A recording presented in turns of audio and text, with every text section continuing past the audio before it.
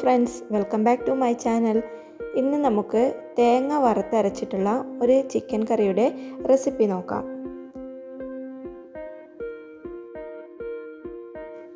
അതിനായിട്ട് ഞാനിവിടെ 2 കിലോ ചിക്കനാണ് എടുത്തിട്ടുള്ളത്. ഇതിലേക്ക് 2 ടേബിൾ സ്പൂൺ മുളക് പൊടി ഇട്ട് കൊടുത്തിട്ടുണ്ട്. അതുപോലെ തന്നെ 1 ടീസ്പൂൺ മഞ്ഞൾപ്പൊടിയും 2 ടീസ്പൂൺ കുരുമുളക് പൊടിയും ചേർത്ത് കൊടുത്തിട്ടുണ്ട്. ഇതെല്ലാം കൂടി നന്നായിട്ട് മിക്സ് ചെയ്ത് 1 മണിക്കൂർ നമുക്ക് റെസ്റ്റ് ചെയ്യാൻ വെക്കാം. 1 മണിക്കൂറെങ്കിലും വെക്കണം, എന്നാൽ മാത്രമേ ചിക്കനിലേക്ക് ആ മുളക് പൊടിയും മഞ്ഞൾപ്പൊടിയും എല്ലാം കൂടി നന്നായിട്ട് മിക്സായിട്ട് വരുള്ളൂ. ഉപ്പും കൂടി അതിൻ്റെ കൂടെ ചേർത്ത് കൊടുത്തിട്ടുണ്ട്. ഇനി ഇതിലേക്ക് വറുത്തരക്കാനായിട്ട് നമുക്ക് തേങ്ങ എടുക്കാം. 1 കപ്പ് തേങ്ങയാണ് എടുത്തിട്ടുള്ളത്. അത് വെളിച്ചെണ്ണയിലേക്ക് ഇട്ട് കൊടുത്ത് നന്നായിട്ട് വറുക്കുന്നുണ്ട്.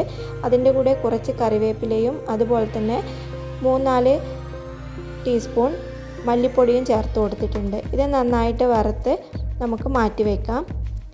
ഇനി ഒരു പാത്രത്തിലേക്ക് വെളിച്ചെണ്ണ ഒഴിച്ചു കൊടുത്തിട്ടുണ്ട്. അതിലേക്ക് ഇഞ്ചിയും ചെറുതായി അരിഞ്ഞ ഇഞ്ചിയും അതുപോലെ തന്നെ വെളുത്തുള്ളിയും ചേർത്ത് നന്നായിട്ടൊന്ന് വഴറ്റിയെടുക്കാം.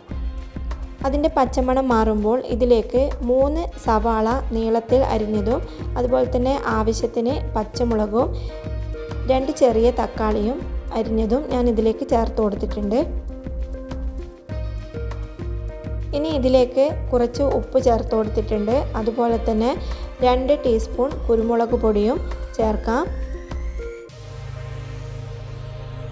ഇനി ഇതിലേക്ക് ചിക്കൻ മസാലയും കൂടെ ചേർത്ത് കൊടുക്കുന്നുണ്ട്.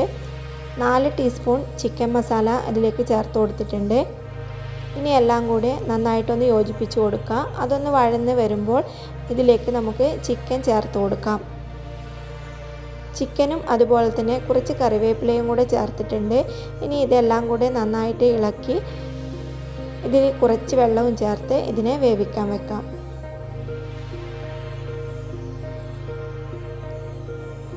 ചിക്കൻ വേണമെങ്കിൽ നമുക്ക് കുക്കറിൽ വേവിച്ചെടുക്കാം. പക്ഷേ കുക്കറിൽ വേവിക്കുന്നതിനേക്കാളും നല്ല ടേസ്റ്റ് ഇതുപോലെ ഒരു പാത്രത്തിൽ വേവിച്ച് കഴിക്കുമ്പോഴാണ്.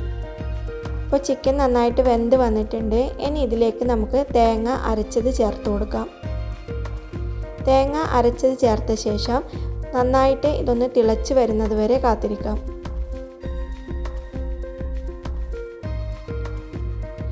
കറി നന്നായിട്ട് തിളച്ച് വന്നിട്ടുണ്ട്.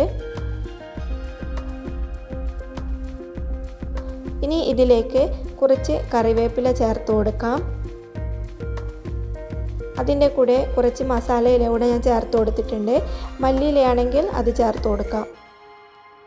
ഇനി ഇതിലേക്ക് താളിച്ച ചേർക്കുന്നുണ്ട്. താളിച്ച ചേർക്കാനായിട്ട് വെളിച്ചെണ്ണയിലേക്ക് കുറച്ച് തേങ്ങാക്കൊത്ത് ചേർത്ത് കൊടുത്തിട്ടുണ്ട്. തേങ്ങാക്കൊത്തോ അതല്ലെങ്കിൽ തേങ്ങ ചിരകിയത് വേണമെങ്കിലും ചേർക്കാം. പക്ഷേ ടേസ്റ്റ് തേങ്ങാക്കൊത്ത് ചേർക്കുമ്പോഴാണ്. അപ്പോൾ അതൊന്ന് ചുവന്ന് വരുമ്പോൾ അതിനെ മാറ്റി നമുക്ക് ചിക്കൻ കറിയിലേക്ക് ചേർത്ത് കൊടുക്കാം. അങ്ങനെ നല്ല ടേസ്റ്റി ആയിട്ടുള്ള തേങ്ങ വറുത്തരച്ചിട്ടുള്ള ചിക്കൻ കറി റെഡി ആയിട്ടുണ്ട്. നിങ്ങൾക്ക് ഈ വീഡിയോ ഇഷ്ടപ്പെടുകയാണെങ്കിൽ ലൈക്ക് ചെയ്യാനും അതുപോലെ തന്നെ ഷെയർ ചെയ്യാനും മറക്കരുത്. Thank you for watching.